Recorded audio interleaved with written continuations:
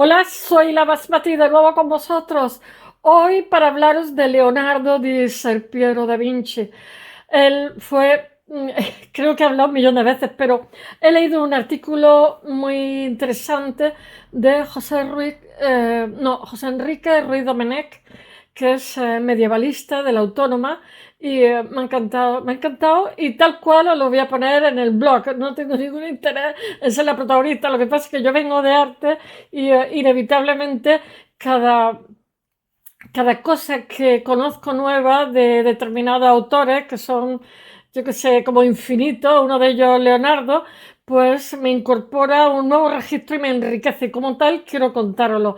Os voy a hablar de 4 pinturas que hizo a lo largo de su vida. Seguramente os lo habré dicho ya un millón de veces, pero Leonardo tenía un síndrome, no sé si se llama TDAH o TDA, que es el síndrome de hiperactividad, y es que deja las cosas inconclusas a montones.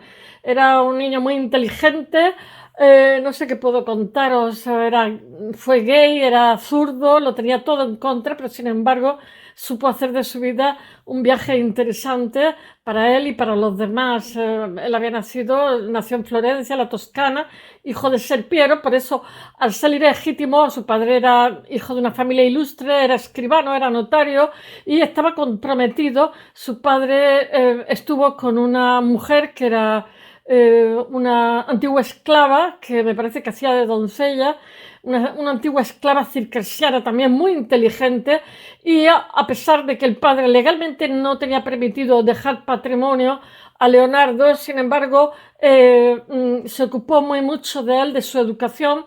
No solamente el padre estaba comprometido para casarse, y de hecho se casó al poco tiempo. Su padre tuvo 4 esposas, 12 hijos, 10 chicos y 2 chicas, más Leonardo. De hecho, el abuelo, Leonardo, tuvo una reclamación de herencia porque el abuelo lo benefició económicamente. Había problemas con el padre, eran familias muy ricas, y entonces el abuelo lo crió bastante. El abuelo primero lo crió la madre en la primera infancia, y después a los 5 años el abuelo le dio un dinero porque ese niño pasó a la crianza de la madre y del abuelo, porque el padre se casó enseguida. Entonces, a los 5 años fue el abuelo el que se ocupó de criar a Leonardo. La madre se casó con un agricultor y ella tuvo 5 hijos más. La madre, esta esclava circasiana, ya había tenido un hijo más antes de Leonardo. Leonardo lo tuvo a las 10:30 de la noche, creo que del 1450 o por ahí, o 60, una cosa así. Creo que 50. Estamos en pleno renacimiento y Leonardo va a ser el símbolo. Era como, yo qué sé, ahora la pluma, ahora la espada, o sea, el símbolo renacentista. Él no era de espada, pero bueno, era súper. Ahora os contaré cosas del que puedo decir. Pues que el abuelo lo crió con muchísimo amor. La esposa con la que se había casado el padre tenía 16 años y también lo crió con muchísimo amor. Lo que pasa es que ella va a morir de parto.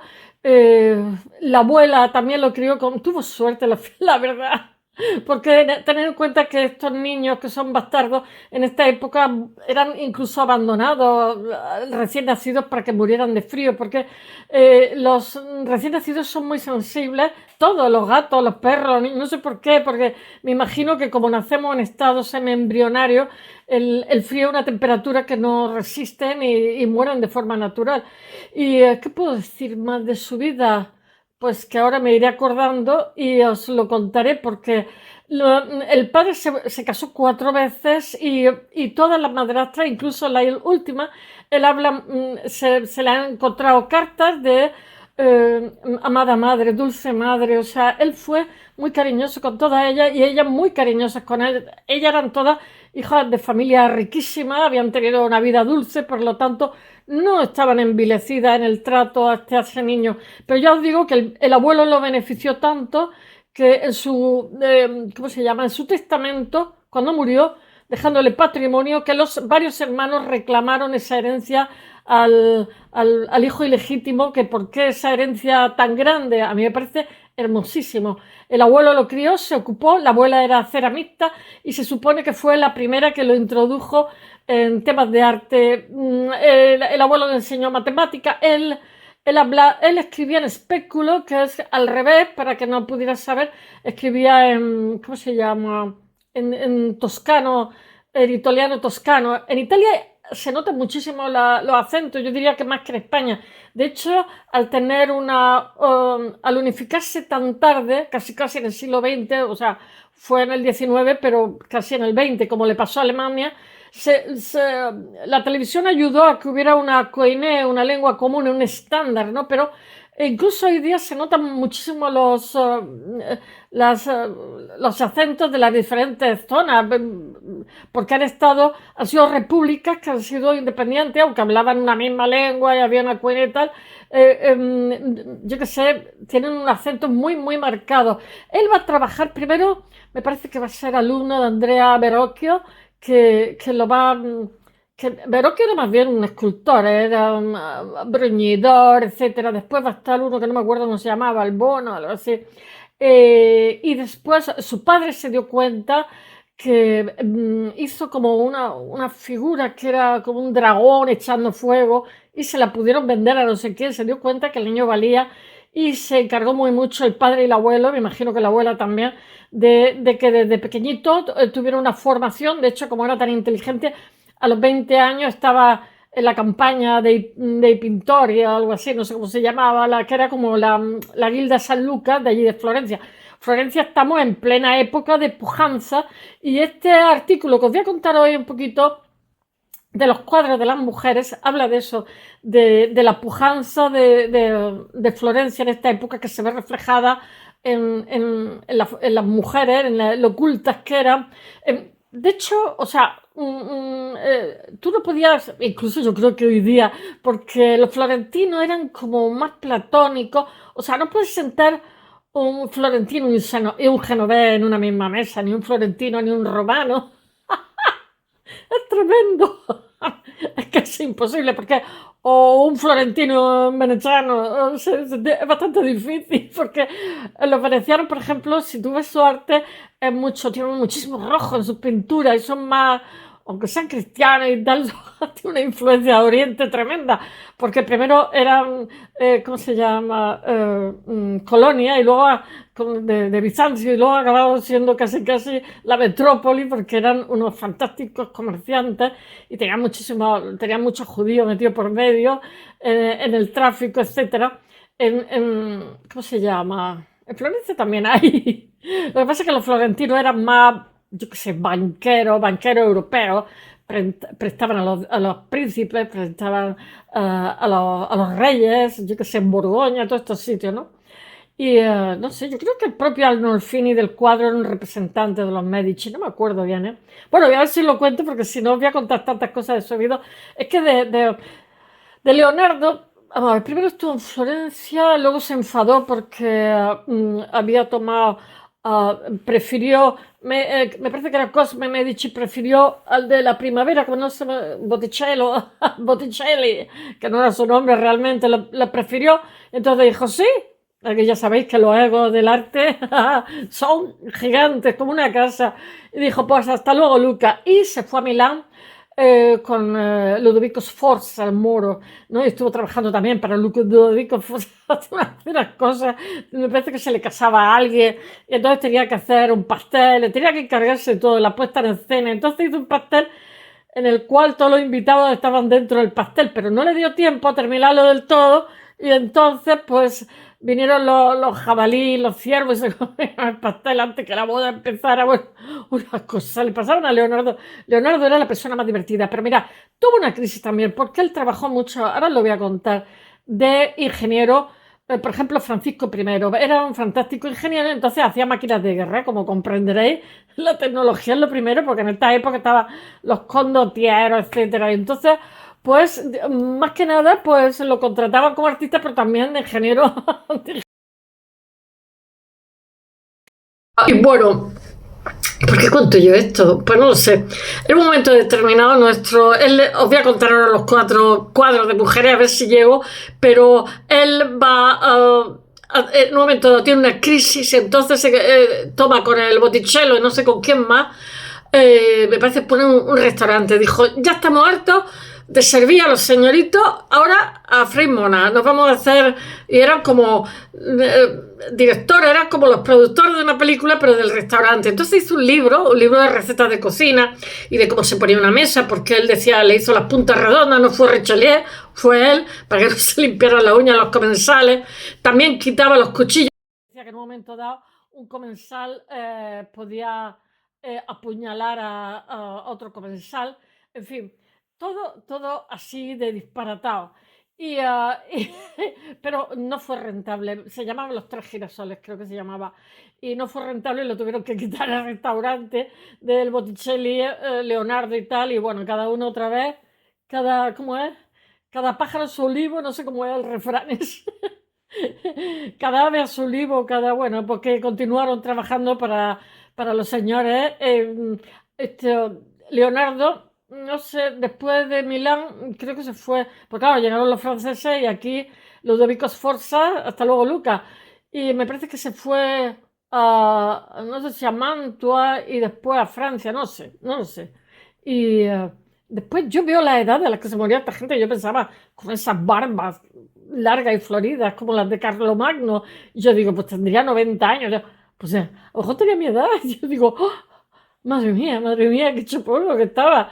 En fin, ahora os lo cuento, voy a contar un poco las pinturas, son varias pinturas de mujeres y este señor lo que hace, ¿cómo se llama? José Enrique Ruiz Domenech, lo que hace es reflejar la sensibilidad del momento, o sea, cómo Leonardo es capaz de reflejar, digamos, el cosmopolitismo que hay en esta Florencia pujante del Renacimiento.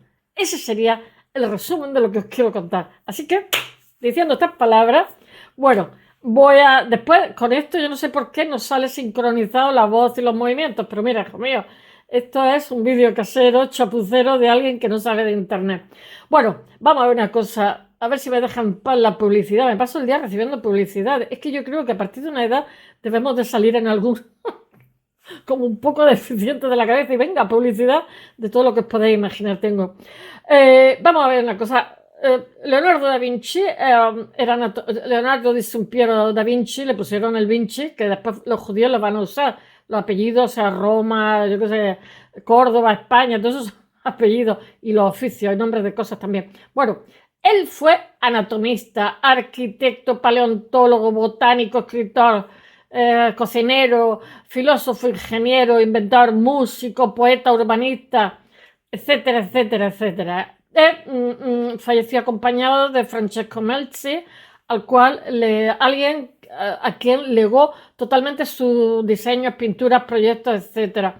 Leonardo da Vinci conocía muy bien los cambios que se habían producido en la sociedad florentina desde que, siendo aprendiz de Andrea Verrocchio, que fue su maestro, es que estudié 3 años de italiano, se me ha olvidado totalmente, en un viaje de Florencia a Venecia, pasó por Ferrara, Mantua y otras ciudades. En el viaje lo que pasa es que aprendió que la Italia de los príncipes y los condottieri y de los mercaderes se asentaban en el influyente papel de las mujeres en lo que era la vida cultural. Ellas eran cultísimas, las Beatrice.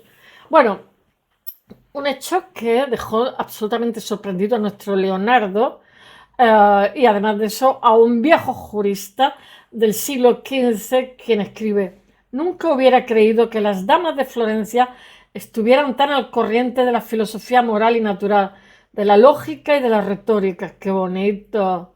Es una época, la del Renacimiento, en la que Italia explota o implosiona, se transforma. Y eso, bueno, también hay que decir, estamos antes de Lutero, también hay que decir que los impuestos que llegan al papado hacen que esa tierra germine. Por supuesto, no se le quita mérito y tal, pero cuando Lutero, después, pues hay algunos que no son protestantes, la mayoría de los príncipes quieren hacerse más fuertes porque está el concepto de nación y dejan de mandar al papado esas cantidades de dinero tan grandes, con lo cual, digamos, el papa no puede ser tan mecenas como había sido en tiempo anterior. Bueno, ¿dónde voy yo?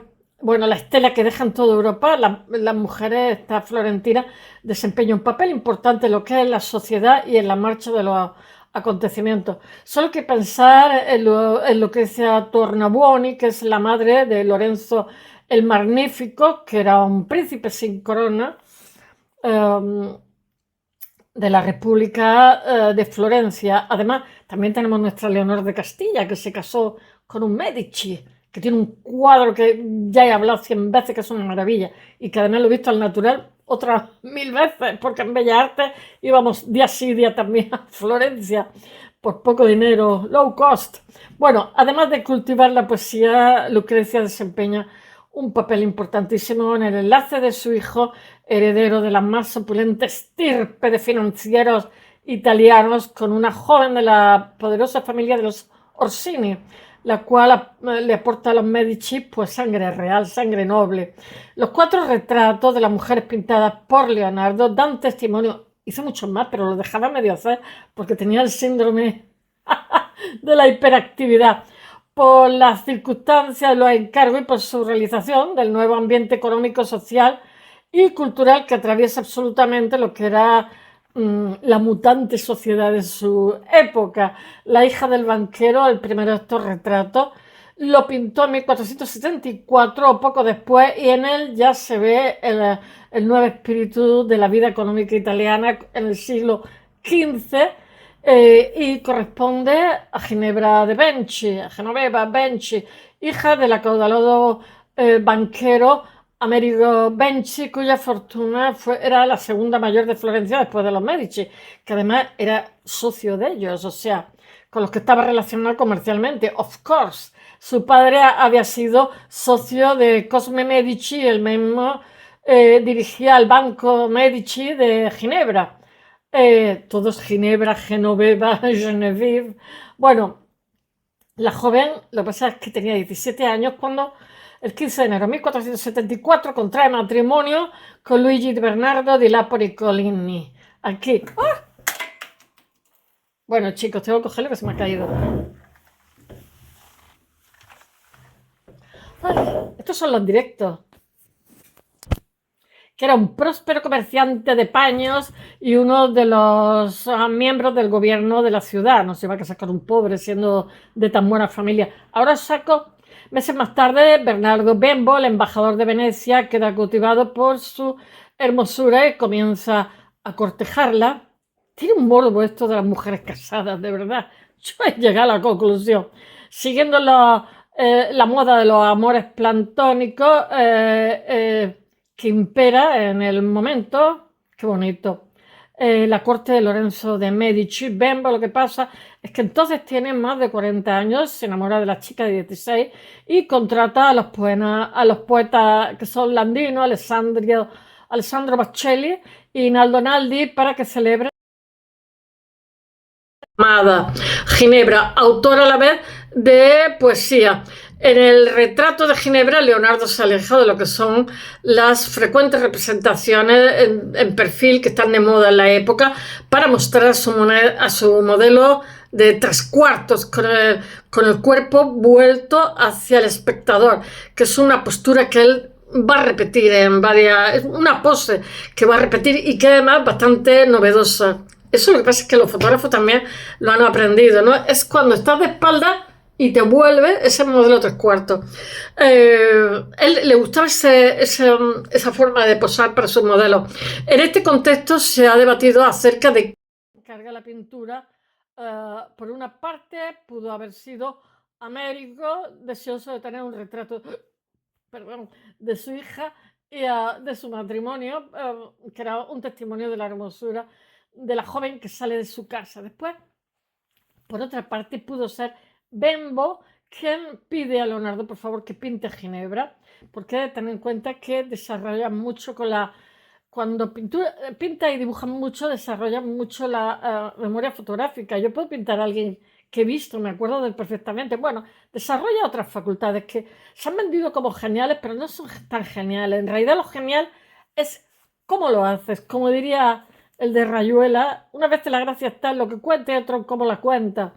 Bueno, en el reverso de la tabla de madera de álamo sobre la que se retrata a la chica, Leonardo lo que pasa es que pinta como una historia secreta, la continuación críptica de la historia de amor entre Ginebra y Bernardo.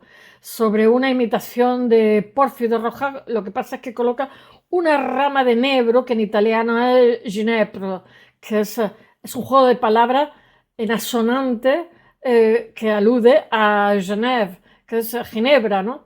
En medio de la guirnalda de laurel y de palma que constituye el emblema de Bembo. Estaba claro que quien había encargado ese cuadro es su enamorado, ¿no? La rodea de una cinta con la inscripción Virtute forma decorat, qué bonito, la belleza adorna la virtud. La pintura de Ginebra no solo da cuenta de la refinada atmósfera intelectual de Francia y del dinámico ambiente económico en que se sustenta. Constituye como una especie de hito decisivo en la vida de Leonardo, que afronta aquí el gran reto de su vida como pintor, que es explorar el misterio de la belleza. El misterio de un rostro guapo, femenino. Qué machista, ¿no? En el retrato pues, era feillo. Esta búsqueda lo que pasa es que se concreta en una especie de melancolía así como un poco serena. Tenía 16 años, por favor, que estaba medio hacer, era un adolescente que impregna la expresión de las jóvenes, indicios de un amor imposible que jamás se consumará. Entonces, Bembo parte de Florencia en 1480 y Ginebra, según la tradición, se retira al campo enferma. Muere viuda y sin hijos en 1520. Es como una tragedia no poder tener hijos en aquella época, te malmiraban. En 1482, disgustado por la actitud de Lorenzo el Magnífico, que os lo he contado, que prefiere a Sandro Botticelli y su alegoría de las tres gracias en la primavera, Leonardo dice hi and bye. Hola y adiós.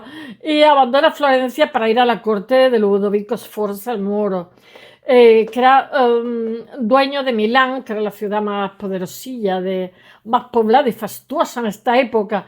¿Qué más podía hacer en esa corte que la que acude allí acude como ingeniero militar más que como pintor? Bueno, aguarda la oportunidad de mostrar al Moro quién era realmente, un genio. Oportunidad que le llega pasado unos años cuando Ludovico le encarga una pintura de su amada. Aquí siempre está pintando amada, sobre la última cena para la iglesia de Santa María de Grace, que quien la restauró, la conocí, que la restauró entera, no permitió que nadie tocara ahí.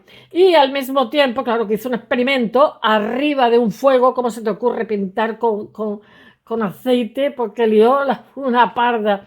Al tiempo que le pide un retrato de la joven Cecilia Galerani, con la que mantenía una estrecha relación, porque era muy apasionado, el Sforza. Después no tenía mujer más amantes que el decirlo, pero nunca tenía más de un amante a la vez. Eso es muy importante. Bueno, tenía una estrecha relación. Era hija de un alto funcionario milanés, inteligente, culta. Cecilia había nacido, me lo estoy apretando aquí, a comienzos de 1473. El Moro, como le llamaban, estaba entregado a ella, estaba loquito por ella. En noviembre de 1490, el embajador duque de Ferrara, con cuya hija Beatrice del Este debía casarse Ludovico, el futuro suegro, dice a su señora a propósito de Cecilia: la tiene con él en el castillo, la lleva a todas partes, después se casa con la otra, con la rica, y quiere regalarle todo. Está embarazada y tan bella como una flor, y a veces me lleva a visitarla. De loco. En mayo de 1491, Cecilia da luz ese hijo que espera a Ludovico. Después lo criaba como hijo no bastardo, aunque él se casara y todo. Para eso era educado. Estoy yo sacando conclusiones de maruja. Leonardo hace un primer dibujo de la muchacha, luego en 1490, cuando quizás la belleza de la joven comienza, es súper famoso, creo que está en Washington DC, cuando comienza a marchitarse, pinta el cuadro. Entonces Cecilia iba a decir yo, lleva un armiño, es la dama del armiño en sus manos, de ahí el nombre del cuadro, la dama del armiño. ¡Qué bonito! Quizá era fácil leer los símbolos propuestos por Leonardo, porque aquí todo tiene una segunda lectura, ya que el armiño de Cecilia tiene entre sus brazos y acaricia con dedos, que los ha pintado un poquito más largos. Siempre le añadimos, eso lo he hecho yo también, porque por ejemplo el David de Miguel Ángel tiene una falange más, aunque es la proporción de las 7 cabezas y media y tal. Hacemos trampas porque fijaros en la última cena cómo hablan todos, parece una película de Buster Keaton, ¿no? Entonces, para que las manos sean más expresivas, le añaden una falange, le añadimos. Por eso, cuando pintas un cuadro de alguien de encargo, le haces el cuello más largo, las manos más largas, etcétera. Bueno, aquí también lo hizo Leonardo, era un encargo. Bueno, los dedos son un poco desproporcionados, además tienen un símbolo de pureza con alusión a lo que es la Orden del Armiño, que Emelino, que es Armiño en italiano, ¿no? Que es de la que forma parte el Moro, que es la Orden del Armiño, que es un soneto del poeta Bernardo Bellincioni, que describe a Ludovico como l'italico morel bianco Emelino, el itálico moro blanco Armiño.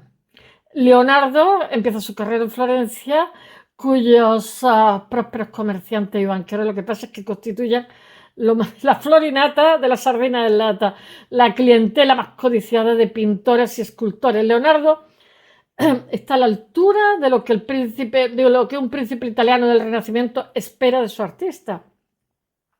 Ha convertido la pasión amorosa del príncipe en una espléndida alegoría. Como Ginebra, también Cecilia compone versos que elogia el novelista Matteo Bandello. Ludovico, que se casó con Beatrice d'Este en enero del 41, concedió tierra a nuestra Cecilia, la que ha tenido el bebé, y la casó con un noble. ¡Qué detalle! La antigua amante del moro falleció en 1936, 1536. El moro era un hombre apasionadísimo y volvió a tener más amantes. Aquí da igual con que se haya casado. Entonces vuelve a pedir a Leonardo que por favor que les pinte el retrato de la nueva amante, que es la cautivadora Letizia Crivelli. Pero este tercer retrato que el artista pinta en 1496 no tiene suerte. Es empezado por su nombre, la Belle Ferroniere, debido a un inventario que a inicio del siglo XIX se la confundió con un amante del rey Francisco I de Francia. Entonces, esposa de un tal Ferrón. Y siguiendo por la atribución, bueno, muchos críticos lo que pasa es que dudan de que ese cuadro sea de Leonardo. Mirad, los pintores, hasta los buenos pintores también hacen churros, no creáis que todo es maravilloso. Qué manía, ¿eh? Ya que yo creo como los escritores, siempre tienes que ser genial, siempre tienes que ser genial. Son humanos, los artistas son humanos como el resto de mortales. Y tienen días malos, ya que lo ven inferior en calidad, incluso llegan a pensar si Leonardo se hubiera quedado satisfecho con la actitud tan vulgar de la moneda. Pero, no hay razón para no considerarlo una obra de Leonardo. Yo también lo pienso, qué tontura. Bueno, el segundo retrato, vayamos, pasemos, de un amante de Ludovico Sforza, constituye una muestra del perfecto arte de la puesta en escena de Leonardo. Lo que pasa es que crea un halo de suspense sobre la mirada de Lucrecia, en cuyo rostro lo que pasa es que aflora una sonrisa, mientras un vestido maravilloso que insinúa más de lo que tapa, muestra y habla veladamente del placer que está reservado al señor de Milán, y esto está en el Museo del Louvre. La del Armiño está en Washington DC, esta está en el Museo del Louvre en París. En 1400, como la Gioconda, que la pobrecilla la han robado ya no sé cuántas veces. En 1497, Lucrecia da luz un hijo del moro, pero en ese mismo año el duque cae en un periodo de abatimiento tras la muerte de su esposa Beatrice d'Este. Falta poco para que la cambiante política italiana lleve a los franceses a las puertas de Milán. Milán es que está muy al norte, muy al norte. De hecho, tiene lo mismo que el sur es casi África, el norte es muy casi Austria, que ocupa en septiembre de 1499. De hecho, hay un caballo, Ludovico el Moro, estaba ya una escultura, la tienen que dejar ahí. Yo no sé, pasa un lío con los franceses que hicieron puntería con... Yo no sé qué demonio. Es que si lo cuento se me va a hacer más largo. Bueno, para entonces Ludovico ya ha huido y a finales del año Leonardo abandona la ciudad y se dirige a Venecia, pero antes se detiene en Mantua. Es que no me acordaba, no me sé la vida al 100%, donde es huésped de la duquesa Isabela del Este, que es una mujer también, yo que sé, como una Leonora de Aquitania más tarde. una elegante aristócrata cultísima, la que Leonardo dibuja. El cuarto retrato es el más famoso de todos, se le conoce como la Gioconda. Y dado es así que lo llama Casiano dal Pocho en 1625, no se llamaba Gioconda ni de narices, mientras recorre la pinacoteca de Fontainebleau con el libro de Giorgio Vasari como guía. Giorgio Vasari hizo la biografía de los pintores, pero se inventaba también que le daba la gana, aquí para nosotros. En su vida de los más excelentes pintores, escultores y arquitectos, 1550, habla del retrato que Leonardo hizo de la joven esposa de Francesco Bartolomeo del Giocondo, que es un hombre de negocios que tiene intereses en el comercio de sedas, paños, miembro de la élite florentina, que para nosotros. Ella era Lisa di Antonaria, sí.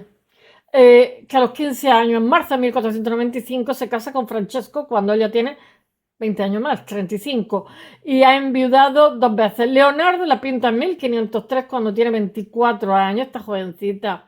La técnica utilizada, el sfumato, famoso sfumato, hace que los contornos y los rasgos se desdibujen. Él había empezado hacía buenos paisajes, bueno, pero el tiempo va creciendo, era muy lento trabajando, hasta el punto que resulta difícil apreciar detalles como el vestido, el peinado o la balconada en la que posa, pero se han propuesto muchas más fechas para su realización y muchas más mujeres como modelo. Una es Pacifica Brandano, que era amiga de Giuliano Medici, el hijo de Lorenzo de Medici, quien en 1513 pide a Leonardo que le haga un retrato de su amiga, al parecer de cuerpo entero y desnuda, como se deduce de una copia realizada por Salahir, discípulo y artista que está conservada en el Hermitage. Todo esto, pobre Leonardo, está disperso por todo el mundo. Otra es Isabella Walanda, que es hija de Bianca Galerani y Ranieri Walandi, tengo que leerlo porque no me sé todo el nombre, que es un cortesano del duque de Calabria. Uy, pues este es nuestro. Era sobrina de Cecilia Galerani, la dama de Armiño, que nació el mismo año en que Leonardo pintaba el retrato de su tita en Milán para el Moro. Leonardo había tratado a Isabel hacia 1514. Hay otra posibilidad, que es Costanza d'Avolas, que es esposa de Alfonso II Piccolomini, que es un influyente noble de Nápoles. Tras dejar Milán en 1429, Leonardo se fue a Venecia, pobrecillo, así estaba hecho polvo, y allí se interesa por la novedosa técnica del grabado en cobre, pero él dice que la pintura es superior. Faltaría, yo he hecho grabado en cobre, me encanta. Se hace con ácido, uno de ácido, 9 de agua, pero lo que hace es que lo dejan más rato, menos rato y consigue después grises, porque lo que hace es que el ácido se come el cobre. Lo cubres con algo para que no se lo coma. Él dice Leonardo, solo ella es única, hablando de la pintura, y nunca da a luz 2 criaturas iguales. ¡Oh, qué bonito! Existe una importante diferencia entre la Gioconda y los otros retratos. No es la armonía en la retratada y la naturaleza, ni la biografía a la que se ha llegado a la unanimidad a ser considerada la gran obra de arte. A mí la Dama del Armiño me gusta más, no me pregunté por qué. Es algo menos visible, es la presencia, el misterio de la belleza en el rostro de la mujer, en la expresión de su mirada. Eso es una cursilería de marca mayor. Qué tontería, por favor. Leonardo, lo que pasa es que ahí muestra como un misterio, que es como capturar el instante también, ¿no? Como una máquina fotográfica. Nunca dio la pintura, nunca la entregó a su cliente. Murió con ella en Francia, en un castillo que estaba cerca donde Francisco I había pasado su infancia. Fuera quien fuera, no se la dio a nadie, jamás se separó de ella. Los retratos de Leonardo nos hablan de cómo y quiénes eran los hombres que la encargaron y las mujeres que fueron retratadas, pero también de una búsqueda a la que el artista del Renacimiento dedicó su vida entera. Espero que os haya gustado y hasta mañana. Darme vuestra opinión. Bye.